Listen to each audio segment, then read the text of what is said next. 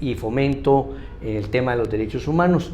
Y en la entrevista pasada nos quedó pendiente, primero que todo, bienvenido Factor, aquí ya con nosotros acá. Factor, en la entrevista pasada usted me hablaba acerca de los derechos humanos, pero habló de unos derechos humanos estructurales, de derechos humanos que van más allá de solamente proteger a alguien de una desaparición, sino que son más allá. Explíquenos esto para que las personas que nos ven en las redes, que nos ven en el canal de cable y los que nos escuchan en la 106.1, conozcan pues esta extensión de los derechos humanos que los afectan diariamente. Sí, claro, con mucho gusto, Richard. Muchísimas gracias por invitarme de nuevo a su programa. Un saludo a los televidentes y oyentes que están atentos a esta programación.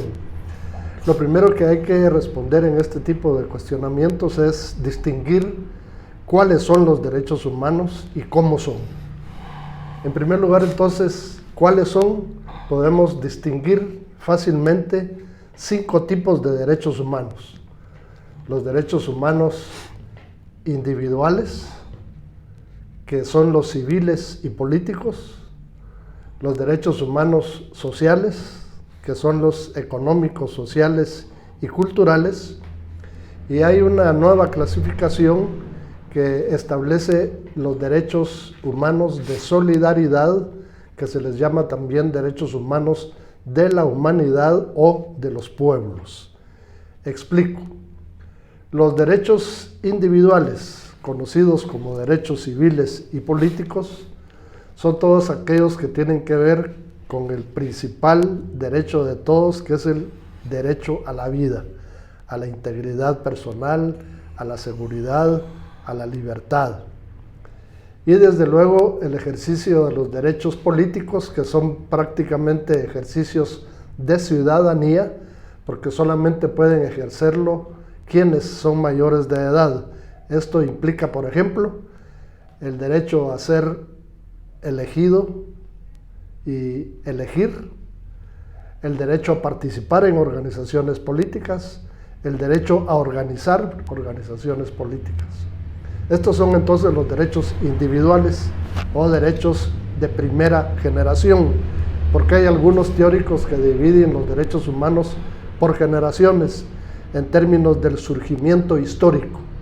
Y como en ese hilo histórico fueron los derechos civiles y políticos los que primero surgieron a la vida jurídica, me remonto fundamentalmente hasta el siglo XIII, en 1215, con el principal documento que se conoce como la Constitución Política de Inglaterra, con el cual otorgó el reconocimiento de los primeros derechos civiles y políticos a los que ya me referí. Los llamados derechos humanos de segunda generación son los derechos económicos, sociales y culturales, por ejemplo, el derecho al trabajo, a un salario digno, derecho a la educación de calidad, derecho a la salud, derecho al salario, derecho a la recreación, derecho a la cultura. Son todos aquellos derechos que tienen que ver con los satisfactores humanos, pero que son para toda la humanidad en su conjunto. Y están los llamados derechos de tercera generación, que son los que yo denominaba derechos de la humanidad o de los pueblos, que es, por ejemplo, el derecho a la paz, el derecho al desarrollo, el derecho a la soberanía, el derecho a un medio ambiente sano y seguro. En ese sentido, al hacer la clasificación de los derechos humanos, hablábamos en el programa anterior que en el caso específico de nuestro país no se observa mucho progreso en términos del respeto a los derechos humanos, y lo contrasto con ejemplos de la realidad. Guatemala al día de hoy en América Latina ocupa, por ejemplo, el primer lugar en desnutrición crónica infantil. Esto tiene que ver justamente con el tema de la seguridad alimentaria y con la omisión del Estado de atacar y de prevenir este tipo de fenómenos sociales, que ha sido incapaz. La desnutrición crónica infantil, lejos de haberse disminuido, ha aumentado en nuestro país, y por eso tenemos un primer lugar en América Latina en desnutrición crónica infantil.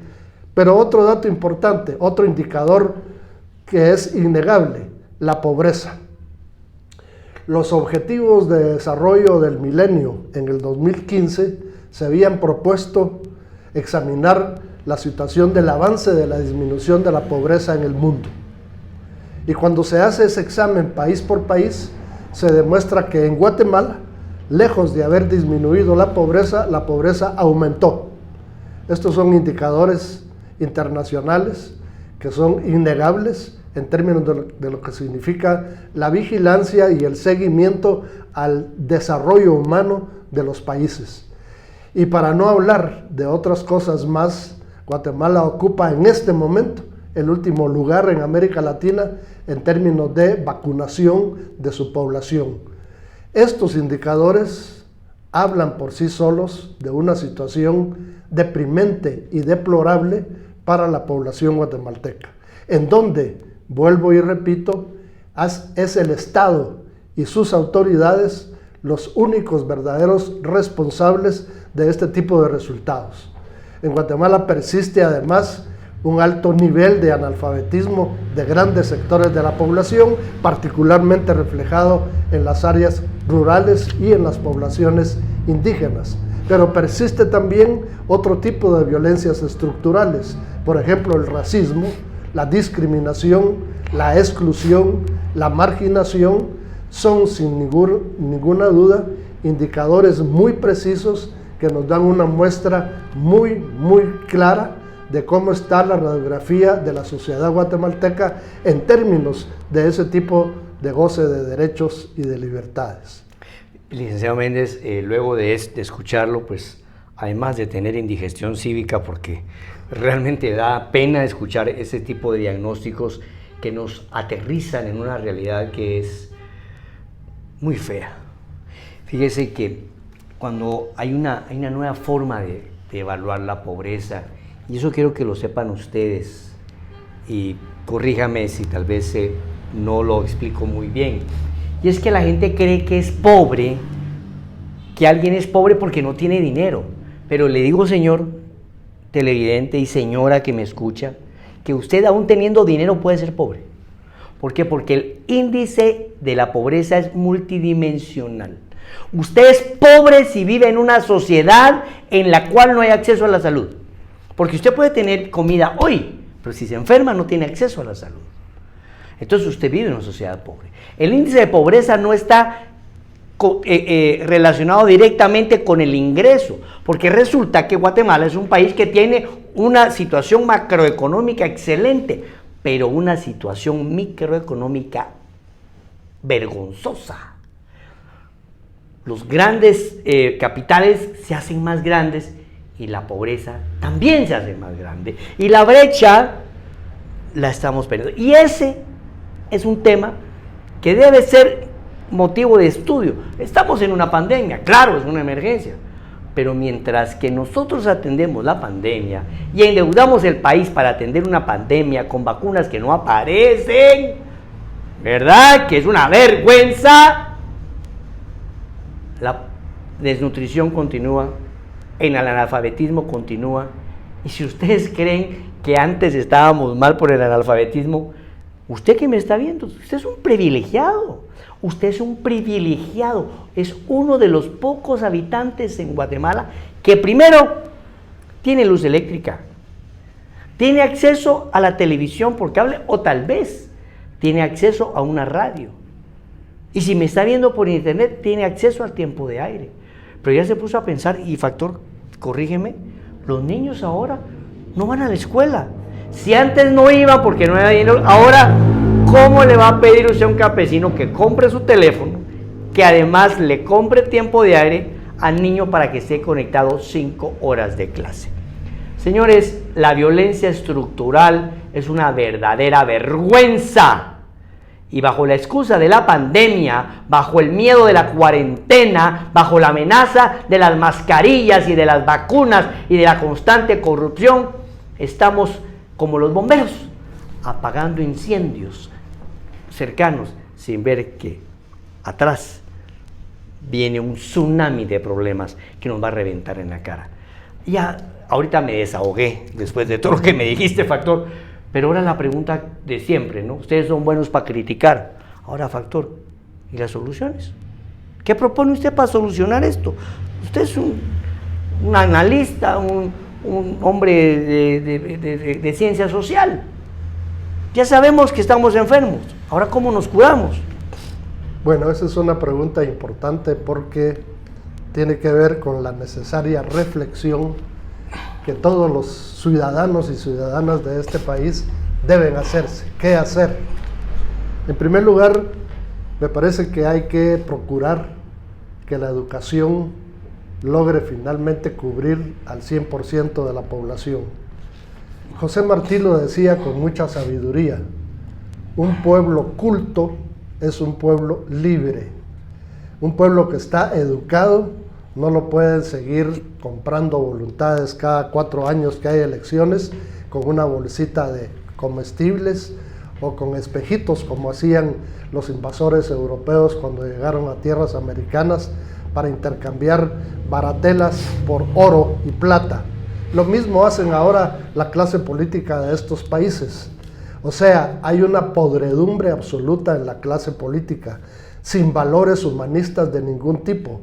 Y sobre todo, una pobreza de capacidad intelectual y de todo tipo en los principales candidatos que acceden a la presidencia de la República. Lejos de tener principios humanistas y menos de estadistas, son nada más personajes que se aprovechan del puesto político para satisfacer sus intereses personales e intereses corporativos de grupos, olvidándose absolutamente del interés social y olvidándose sobre todo de que la misma Constitución Política de la República de Guatemala dice en uno de sus primeros artículos que el deber del Estado es velar por el bienestar social, el bienestar común de toda la población. Y las brechas sociales que hay en nuestro país en términos de inequidad, en términos de igualdad económica, son unas brechas enormes.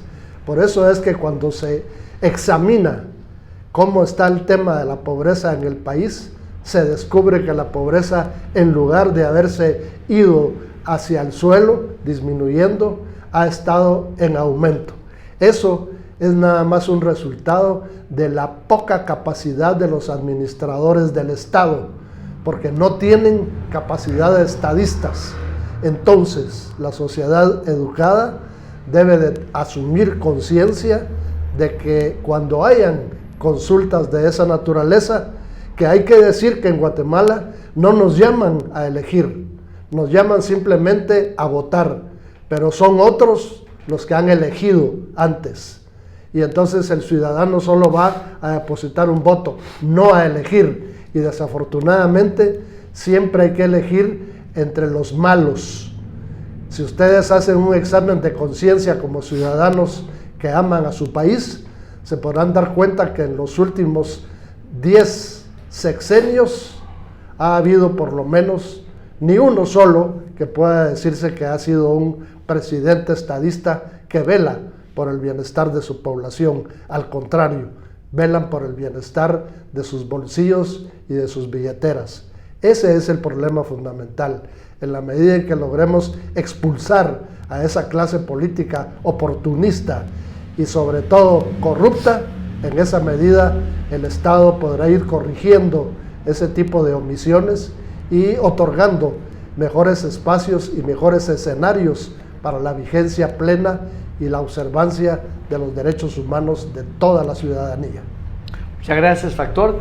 Luego de ese profundo discurso, pues tengo que rescatar algunos temas. Cuando te pregunto directamente cuál es la solución, contestaste igual, en otras palabras, que lo que hizo el presidente Mujica. Le dijeron, mire, ¿y cuáles son los ejes de su trabajo? 3 cosas. ¿Cuáles? Educación, educación y más educación. O sea, no hay políticas de Estado a largo plazo, entonces tenemos un país sin educación. Cuando no hay educación, pues obviamente se facilita la dominación, se facilita la división, y un pueblo dividido jamás puede confrontar a sus opresores. Y sin educación, mucho menos va a haber revolución. El licenciado Méndez concluyó, dijo, no elegimos, vamos a votar. Y es que es cierto, las elecciones, ¿verdad? El resultado de las elecciones no lo determinan los que votan, sino los que cuentan los votos, y ahora peor, los que programan los votos en la computadora. Concluimos con esto: no somos víctimas, sino cómplices de un Estado corrupto, porque nosotros hemos puesto a ese Estado corrupto ahí, con nuestro voto, nuestra intolerancia, nuestra incapacidad de discernimiento, ¿verdad? Y por una banderita o porque le toca, se vota. Y ultimamos con la última recomendación de Factor Méndez Doninelli. Usted quiere que las cosas cambien, la cosa está mal, pues ok, necesitamos una renovación de la clase política. Así que el tema es el siguiente: siga votando por los mismos y usted va a obtener lo mismo. Así que muchas gracias, Factor, por esta profunda cantidad de reflexiones que nos has dejado sobre Richard Shaw. Y no cambien de canal, vamos a un corte comercial y regresamos con más análisis, opinión y entrevista acá en Conexión GT. Gracias, Factor, muy amable.